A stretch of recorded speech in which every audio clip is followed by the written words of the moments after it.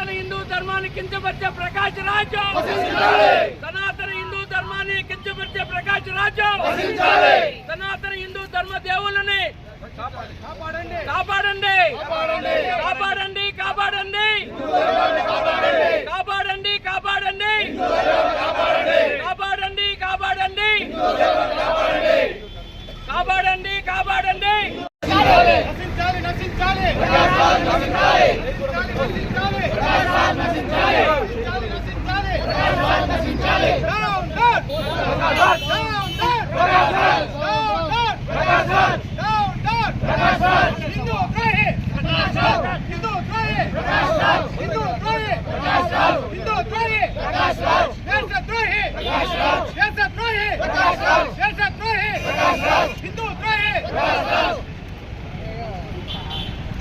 జై శ్రీరామ్ జై శ్రీరామ్ జై శ్రీరామ్ జై శ్రీరామ్ జై శ్రీరామ్ జై శ్రీరామ్ జై శ్రీరామ్ భారత్ మాతా కీ జై బోలో భారత్ మాతా కీ జై బోలో భారత్ మాతా కీ జై సనాతన ధర్మానికి జై బోలో హిందూ సనాతన ధర్మానికి జై సనాతన హిందూ ధర్మాన్ని కాపాడాలి సనాతన హిందూ ధర్మాన్ని ఎక్కించిన Prakash Raj down down Prakash Raj down down Prakash Raj down down Prakash Raj down down Prakash Raj down down Prakash Raj down down Prakash Raj down down సనాతన ధర్మానికి సనాతన హిందూ ధర్మానికి హిందూ ధర్మాన్ని కాపాడండి కాపాడండి కాపాడండి హిందువులందరూ ఐక్యత హిందువులందరూ ఐక్యత హిందువుల ఐక్యత అందరికీ హిందూ బంధువులందరికీ కూడా నమస్కారం. ప్రతి ఒక్కరు కూడా పాదాభివందనం చేస్తూ ఈరోజు విశ్వ హిందూ పరిషత్ అవుతేనేమి పొలంనేరు పట్టణంలో ఉన్నటువంటి అన్ని హిందూ సంఘాలు అదేవిధంగా పొలంనేరులో ఉన్నటువంటి ప్రతి హిందువులు కూడా ఈ కార్యక్రమంలో పాల్గొనడం జరిగింది. ముఖ్యంగా ఈ కార్యక్రమం ఇటీవల సినిమా యాక్టర్ ప్రకాష్ రాజు హిందూ ధర్మం పైన శ్రీరాముని యొక్క ఉనికి మీద ప్రశ్నార్థకంగా మాట్లాడడం జరిగింది. కేవలం రాముడు వచ్చేసి ఉత్తరప్రదేశ్ ఉత్తర దక్షిణ భారతదేశంలో విభజించే పరిస్థితికి ఈరోజు రాజకీయం వెలుగుతుండేది. రాముడు వచ్చి పండు దొంగతనం చేస్తే రావణాసుడు అతని పైన చర్య తీసుకున్నటువంటి అనుచిత వాక్యాలు మన హిందూ ధర్మం పైన హిందూ దేవుల పైన. ఎందుకంటే 100 కోట్ల మంది ఆరాధ్య దైవం అనేటువంటి రాముని పైన అనుచిత వాక్యాలు చేసినటువంటి ప్రకాష్ రాజ్ని సుమోటో కేసు కింద బుక్ చేసి అతడు ఇటువంటి కార్యక్రమాలు మరి ఎక్కడా చేయకుండా తక్కువైనటువంటి చర్యలు తీసుకోవాలి. ఎందుకంటే భారత రాజ్యాంగం రాసేటప్పుడే లిఖితమైనటువంటి భారత రాజ్యాంగం రాసేటప్పుడే ఆ రాజ్యాంగంలో సీత రాముడు అదేవిధంగా లక్ష్మణుడు ఉన్నటువంటి ఒక చిత్రాన్ని చిత్రీకరించి దాని తర్వాత భారత రాజ్యాంగాన్ని రాశారు. అంటే భారత రాజ్యాంగం లిఖించేటప్పుడే రాముని యొక్క స్థానము అదనమాట.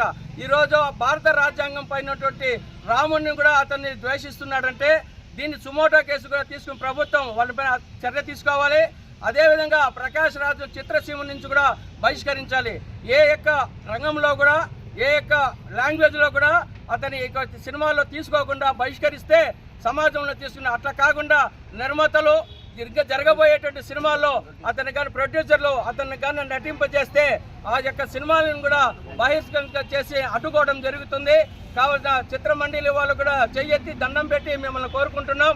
ఇక హిందూ ద్రోహుల్ని మీరు ఎంకరేజ్ చేయొద్దండి. అతని పైన తగు చర్యలు తీసుకొని చిత్ర పరిశ్రమలకు బహిష్కారం చేసి అతని పైన తగు చర్యలు తీసుకోవాలని చెప్పి కూడా అదేవిధంగా చేస్తున్నాం. ప్రతి ఒక్కరు కూడా హిందువులు అనుకోక జరుగుతున్న కారణం హిందూ ధర్మంలో ఉన్నటువంటి హిందువులకి ఐకమత్యం లేకపోవడం. గుడికి పోతాం, నోములు చేసుకున్నాం, పండుగలు చేసుకున్నాం, జాతరలు చేసుకుంటాం, కుటుంబ సమేతంగా ప్రతి ఒక్కరితో కూడా కలిసిమెలిసి ఉంటాం.